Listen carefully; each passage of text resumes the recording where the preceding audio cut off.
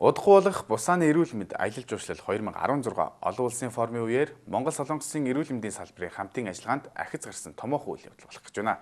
Тухайлбал энэ үеэр Монголын үе мөчний мэс заслын дагнсан эмч нарыг сургах, хамтарсан мэс засал хийх, Монголоос хөгжлийн бэрхшээлтэй нэг иргэнийг Солонгост эмчлүүлэх зэрэг ажлуудыг хийх юм. Олон улсад нэр хүндтэй томоохон чуулганы үеэр явагдах энэхүү ажлыг Дамул сангийн зохион байгуулснаар бүгд найрамдах Солонгос улсын Бусан хотын захиргаа Солонгостой мэс заслын дагнсан үйлчлэгээр алдартай Дэдүн эмнэлэг дэмжин хэрэгжүүлэх юм байна. Энэ 9-р сарын 9-ноос 11-ний өдрүүдэд бүгд найрамдах Солонгос улсын Бусан хотноо Бусааны эрүүл мэнд аялал жуулчлал 2016 олон улсын форум болох гэж байна. Энэ үеэр Аз Европын томоохон эмнэлгүүд өөрийн үйл ажиллагааг танилцуулж, техник технологи амжилт ололттой хуваалцсан хамтын ажиллагааны цар хүрээгээ өргөжүүлэх юм.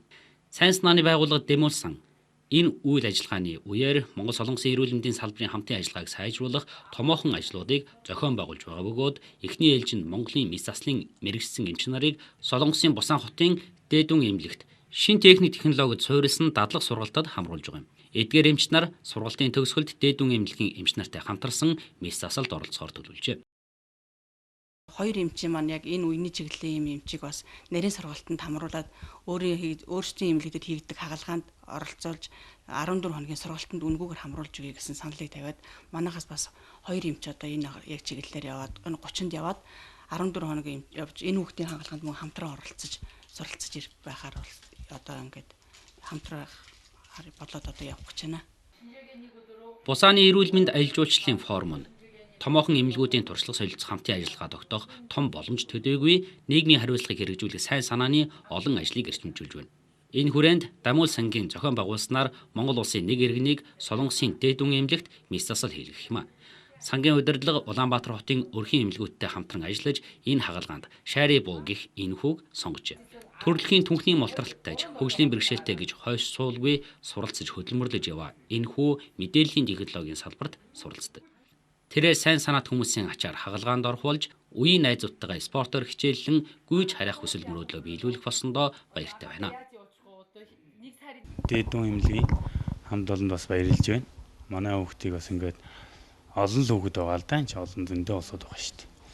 Энэ дотроос бас сонгоод аваад бас эмчлээд өгье. Танай хүүхдийг хөлд оруулаад өгье, хөлтэй болгоё. Гээд одоо тэгж байгаа. Би үл их баярлж байна. Би анх түрхт даралт ихтэй тэгээд таталт өгч төрж исэн. Тэгээ хүүхдэд татуулж авахуулаад хүүхд маань түнхний мултралтай төрөөд 21 хоногтойгоосоо мэдэгдээ. Тэгээ 6 сартаа гэмтэл соггийн клиникийн төв эмнэлэгт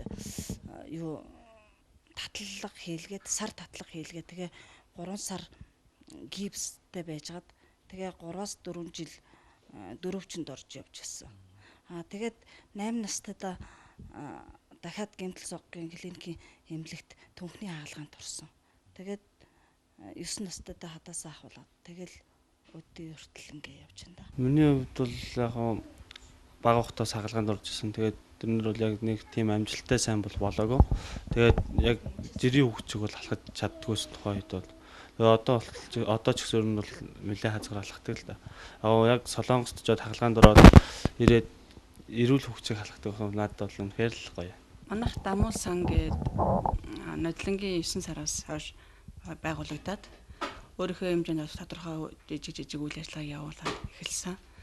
Энэ үйл ажиллагааныхаа хүрээнд хамгийн эхлээд ямар ч гэсэн одоо энэ ийм хөгжлийн бэрхшээлтэй тийм ээ ийм хүмүүсийг ямар одоо бас ийм Солонгос улсын ийм одоо буйны үйл ажиллагаанд хамруулъя гэж бид үзээд тэгээд энэ эмнэлгүүдэд санал тавихад бол Дэдүн эмнэлэг бол манад бас ийм саналыг манай санд тавьсан. Одоо манай эмнэлгийн бол одоо давуу талаа үеийн энэ хагалгаагаар тэгэхээр манайх Монголын нэг хүүхдийг ингээд үнгүү юм хагалгаанд оруулж гисэн ийм сайхан саналыг манад тавиад тэгээд энийг бид нар ярилцаад энэ бол алдаж болшгүй одоо ийм сайхан боломж юм байна гэж үзээд тэгээд Баянзүрх дүүргийнхаа энэ хамтарч ажилладаг одоо 6 дугаар хорооны өрхийн эмнэлэгт хандаад бид нар одоо ийм үйл ажиллагаа ийм хүүхдүүд одоо ийм боломж биднэрт байна ийм хагалгаа тэгээд гэж хэлээд тэгээд Баянзүрх дүүргийн маань эмнэлгийн Дулман сүрэн эмч нилээд хэдэн одоо хүмүүсийн анкетуудыг биднэрт үзүүлсэн л дээ. Одоо өвчний түүх мөх. Тэгээ энэ дундаас энэ Шари буу гэдэг хүүхдийг бас нэлээд олон талыг харж бид нэр бас сонгож авсан эмнэлэгтээ үзүүлсэн бас энэ хүүхдийг одоо юм боломжтой хаалханд оруулахад одоо нэг ямар ч хэлсэн 100% үр дүнтэй байна гэсэн баталгааг өгөөд тэгээ бид нар энэ хүүхдийг сонгоод одоо ингээд авч явах гэж байгаа. Энэхүү цогц үйл ажиллагаанд хамрагдах Монголын эмчнэрийн сургалт Бусан хотно эхэлсэн бөгөөд хагалгаанд орох болон олон улсын хуралд оролцох төлөөлөгчид даваа гарагт бүгд найрамд Солонгос улсыг зорих юм. Хурлын үйл ажиллагаа болон эмчнэрийн сургалт хамтарсан мэс засал Шариба хүүгийн эмчилгээний үр дүнгийн талаар бид дэлгэрэнгүй мэдээллийг эргэн хүргэх болно. Дашрамд дуулахад бүгд найрамд Солонгос улсын Бусан хотын Дээдүн эмнэлгийн эмч нар урд нь Баянзүрх дүүргийн өрхийн эмнэлэгтэй хамтын ажиллагаа тогтоож Монголд ирж манай гэр асрамжийн газрын хүүхдүүдэд үзлэг онцлогоо хийж эмнэлгийн хэрэгслээр тусалж байсан юм а. Дамуул сангийн хувьд бүгд найрамд Солонгос улс дахь сайхан сэтгэлтэй иргэд албан байгууллагуудтай хамтран цаашид хүмүүнлэгийн чиглэлийн олон ажил хийхээр төлөвлөдөг юм а.